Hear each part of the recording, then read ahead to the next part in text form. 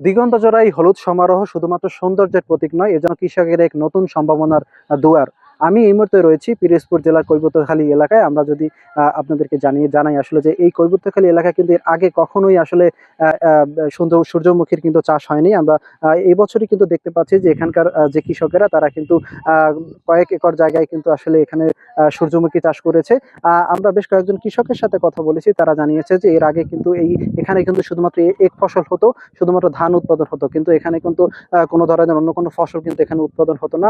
এই বছরই কিন্তু তাদের কৃষক কিন্তু কৃষি সম্প্রসারণ অধিদপ্তরের সহযোগিতায় বীজ এবং আর্থিক সহযোগিতার কারণেই কিন্তু তারা এবছরই কিন্তু প্রথম এই সূর্যমুখী চাষ করেছে।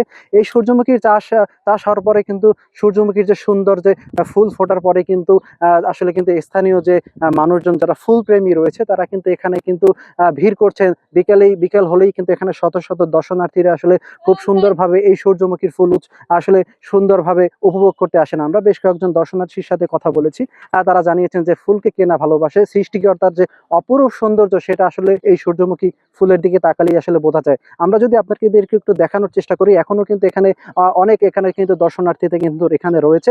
আসলে তারা আসলে কিন্তু দূর দূরান্ত থেকে এসেছে, কেউ স্বরূপকাঠি, কেউ পিরোজপুর সদর, কেউ নাজিরপুর, আসলে দূর দূরান্ত থেকেই কিন্তু সাধারণ মানুষ আসলে ফুলের ভালোবাসা উপভোগ করতেই কেউ এসেছেন। আবার অনেকে বলছেন আসলে মানুষের মনের যে দুঃখ কষ্ট রয়েছে সেটা আসলে কিন্তু এই সূর্যমুখীর ফুলের বাগান দেখলে আসলে অনেকটাই সেই দুঃখ কষ্ট অনেকটাই কমে যায়, এমনটাই তারা জানিয়েছেন। এই পিরোজপুরের এই যে সূর্যমুখী চাষ, এটা যদি আগামীতে আরো বেশি কৃষি সম্প্রসারণ অধিদপ্তর সহযোগিতা করে তাহলে এই এলাকায় সম্ভাবনার দুয়ার অনেকটাই খুলে যাবে এবং কৃষকেরা আরো বেশি উদ্বুদ্ধ হয়ে এই সূর্যমুখীর চাষ আরো বেশি চাষ করবে, এমনটাই প্রত্যাশা রয়েছে।